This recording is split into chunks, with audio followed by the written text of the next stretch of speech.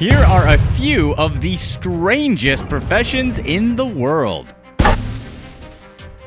Number 12. Professional Cat Cuddler. If you're a cat person, the Just Cats Veterinary Clinic may have the ideal job for you. This veterinary practice that's based in Dublin is looking for someone to cuddle cats all day long. The qualifications for this job says the ideal candidate should be, quote, a crazy cat person with cattitude.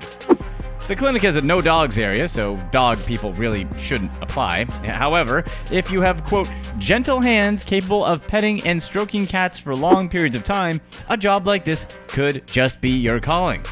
Apparently, someone would be especially qualified if they've fed stray cats before and they feel warm and fuzzy when they did. The qualifications also specifies that the ideal candidate should be a softly spoken person capable of cat whispering to calm the nerves of the cats and an ability to differentiate between types of purring. Really? There are different types of purring on a cat. Number 11. People pushers. The Japanese rail network is known throughout the world for its superiority and punctuality. In Tokyo, nearly 40 million passengers ride the rail every day, heavily outweighing other modes of transport such as buses and private cars. The Tokyo subway network is basically a transportation marvel. On most lines, trains come every 5 minutes apart on average, and during peak times they tend to run every 2 to 3 minutes.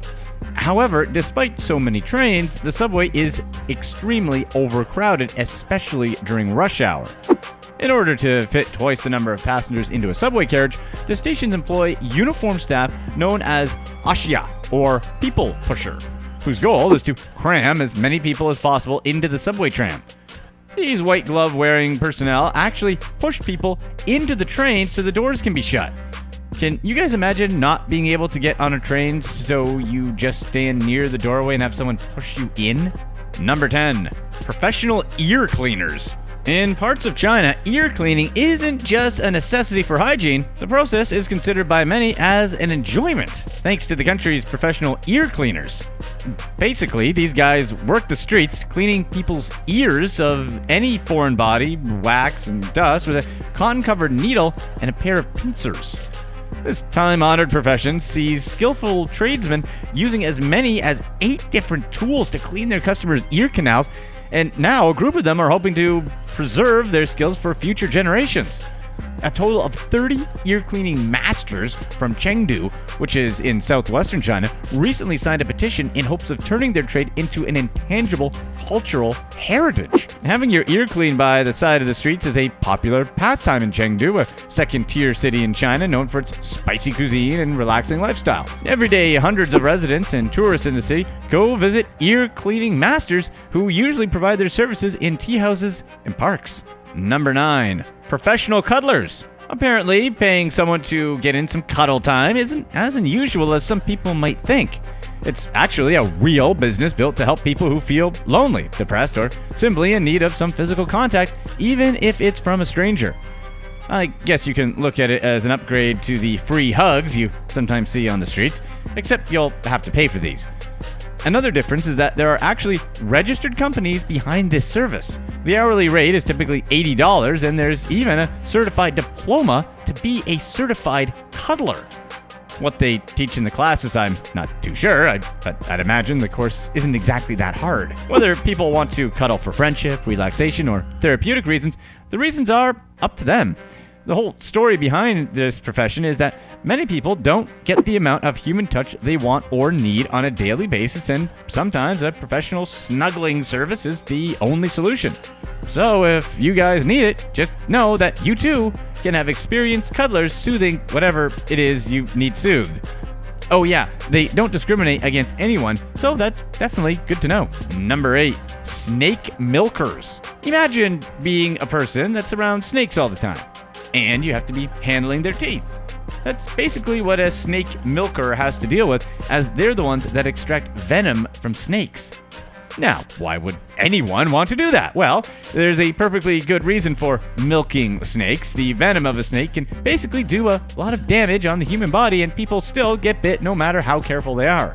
If someone gets a bite from a venomous snake, it's safe to say that they're gonna want an antidote. The trouble is that the antidote, called antivenom, is made with venom, and venom is hard to come by. And that's exactly where a snake milker comes in.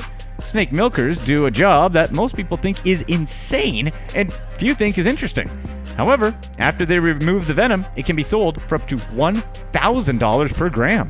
Number 7. Professional mourners. Professional mourning is a mostly historical occupation practiced in Mediterranean and Eastern cultures.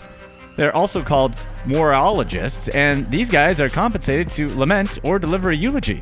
A great deal of social skill is required to be a professional mourner, with the role not simply a case of showing up and helping make the crowd look big. It's apparently a crucial part of the job to be able to engage with fellow mourners and be a part of the occasion. To get the job, first, you need to be confident in social situations. Since professional mourners will be dealing with complete strangers, they need to be really good with people in a highly emotional state. Also, they need to be great at holding conversations as well. The ability to engage with others and to understand the discretion that's required in such a situation are very important as a professional mourner. And lastly, these guys need to be good at scheduling. The last thing they want to do is show up late to someone's funeral. Number 6. Ash portrait artist. When people say that art comes in all shapes and forms, I don't think they meant it literally. However, ash portrait artists get creative with the remains of many people's loved ones. Following a cremation, some people choose to hire these artists to create a token of remembrance, such as a necklace or glass sculpture. Some of these artists mix the ashes into a glaze, which they use to coat bowls, vases, candle holders, coffee cups, urns, and other ceramic items. Obviously, these items become safe to use for food and drink. Some people just want to drink a coffee with an aura of grandma, or use a plate made of their late uncle, serve some potatoes. Sometimes they simply draw a portrait of that person with their own ashes. There are also ash portrait artists who only do portraits with the ashes.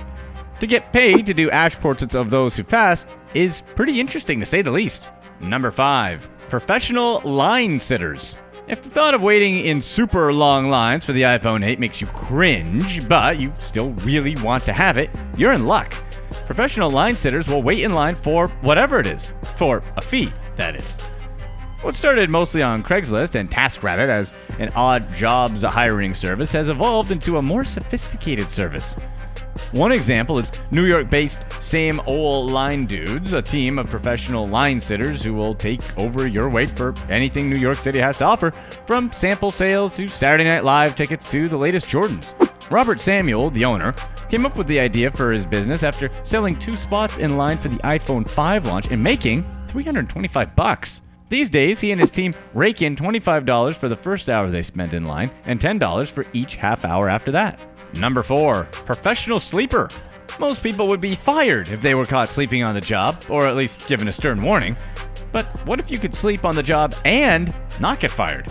Good news! Your dreams of napping at work can actually come true. Professional sleepers are mainly employed by researchers and doctors who study how sleep affects certain aspects of their brain and heart rate. Essentially, they're sleeping for the good of science while their body's natural processes do all the work they were supposed to do anyways. Some mystery shopping companies and hotels also hire professional sleepers to test guests' experiences firsthand.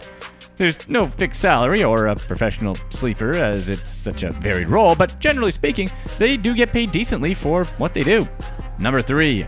Chicken gender identifier. A chicken sexer is someone who distinguishes the sex of chickens and other hatchlings when they're born. Interesting.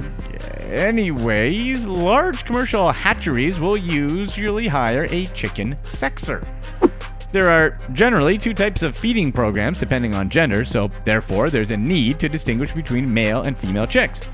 As soon as the hens are sorted, they're given proper nourishment in order for them to be able to produce commercial-grade eggs. Also, in order to produce the poultry that's sold for food on our kitchen table, separate male and female lines for breeding need to be maintained. Number 2. Funeral strippers. Looking for a way to give a departed loved one a send-off everyone will remember? Want to have that one last fun party to get all your friends together? How about hiring strippers to perform at your funeral?